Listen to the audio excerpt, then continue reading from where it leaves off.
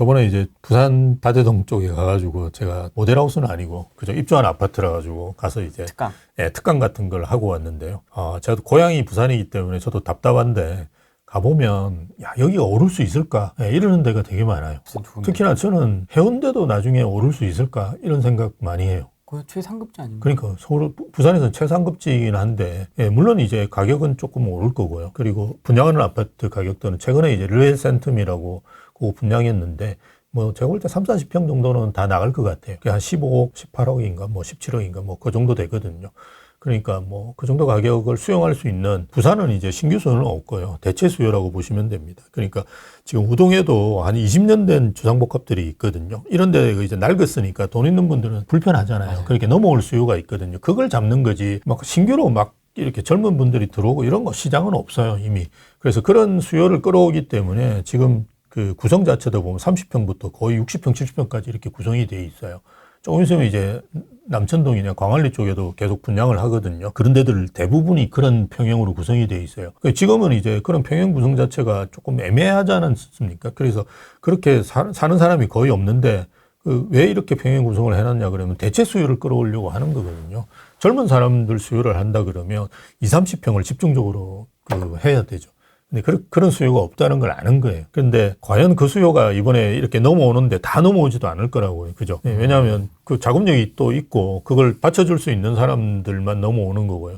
그런 사람이 어느 정도 넘어오면 그것도 이제 대체 수요도 끝나면 과연 이제 어떤 수요로서 부산에 있는 시장들을 유지해 나갈 수 있을지 이런 거 생각해 보면 사실은 굉장히 답답하죠. 제로섬 게임이죠. 그래서 먼저 한 사람이 장땡이. 요번에 르헨센텀 한 그 백송이라는 시행사에서 했는데요. 제 친구가 거기 있어요.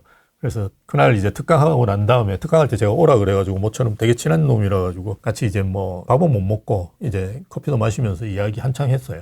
그리고 그 친구가 이제 데려다 줬거든요. 저를 숙소까지. 그래서 계속 이야기하는데 자기들이 이제 먼저 해서 정말 다행이었다. 그러니까 그 다음 이제 2개가 더 남았어요. 부산에 이제 아주 고가 하이 퀄리티로 해서 이제 분양할 게 2개가 더 남았는데 걔들은 어디서 수요를 끌어올지 자기도 궁금하다. 그런 이야기를 해요. 그래서 먼저 이제 매를 맞는 사실은 이게 될지 안 될지 잘 모르잖아요. 그런 상황에서. 그리고 계속 이제 밀어옮기기 때문에 할 수밖에 없어서 했는데 그게 한 4,500인가 평당가가 그렇게 됐어요. 근데 그 다음에 분양하는 건 이제 5,000이에요. 부산도 이제 분양가를 낮출 수는 없거든요. 지금까지 제가 계속 말씀드렸지만 지방이 훨씬 더 분양가에 영향을 많이 받습니다. 그거는 이제 서울은 그 택지비가 땅값이 크고 분양가에서 공사비가 차지하는 비중이 적어요. 그런 상황인데도 지금 이렇게 오르고 있잖아요. 근데 지방은 땅값은 싸고 공사비가 크거든요. 그래서 공사비가 오르면 더 크게 영향을 받습니다. 그래서 5천 이하로 이제 부산에서 하이엔드 시장에서는 분양을 하기 힘들 건데요.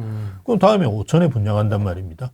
그럼 35평만 돼도 이제 17억, 18억 넘어가잖아요. 그걸 누가 사줬냐는 거예요, 정말. 자기는 그나마 이제 해운대에 있는 주상복합에 그런 대체 수요를 끌어왔는데 그 대체 수요라는 게 뭐 몇천 세대 되겠어요. 그거 한 2천 세대 지금 분양하는 게 르헨센텀이 한 2천 세대 정도 되거든요. 그걸 다 끌어왔다고 본인은 생각하는 거죠. 그럼 나머지 수요를 어디서 끌어올 거냐? 해답이 없는 거죠. 지방은 이제 제로섬 게임을 지금 하고 있다라고 볼 수 있고요. 네. 그거를 그렇게 하는 상황인데 대출 규제까지 이제 들어간다 그러면 정말 힘드는 시장이 오는 거죠. 네. 그 지방 이제 상급지들은 조금씩 움직이는 걸로 알고 있고요. 제가 이제 부산에도 이제 보면 남천자인가 하는 아파트가 있는데 그 삼익빛이 바로 앞에 있는 아파트예요. 그래서 상당히 좋은 가격대를 형성하고 있는 아파트인데요. 재작년부터 보니까 13억, 14억, 15억 이렇게 올라와요. 제일 최고가가.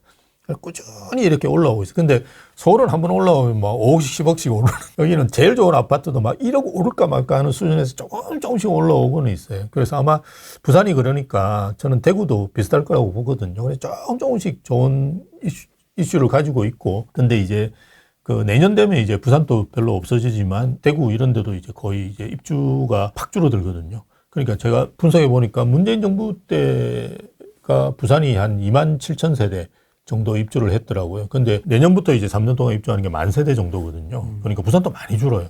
그러니까 이게 지금 입주 물량 주는 게 서울만 주는 게 아니고요. 지방 전체적으로 다 줄어들거든요. 특히나 대구 같은 경우는 우리 요즘 자꾸 이상한 소리를 해서 좀 답답하긴 한데 홍준표 시장께서 그 인허가를 안 해줬잖아요. 아예 그냥 그러다 보니까 많이 줄어요. 예, 대구 같은 경우는. 그러면 이제 조금 좋아지겠죠. 근데 이 좋아지는 폭 자체가 아까 말씀드렸던 정말 주거선호 지역의 핵심 지역만 오르지 다른 지역까지 그렇게 갈 수 있을까? 왜냐하면 대체 수요를 끌어와야 되는데, 그죠? 그 대구 같은 경우도 뭐 투싼 위부터 제니스인가 그게 있거든요. 뭐 거기에 있는 수요를 좀 끌어와야 되는데 그걸 끌어오고 난 다음에 또 어디서 끌어올지 대체 수요를, 그죠? 그런 고민들을 많이 하셔야 되겠죠.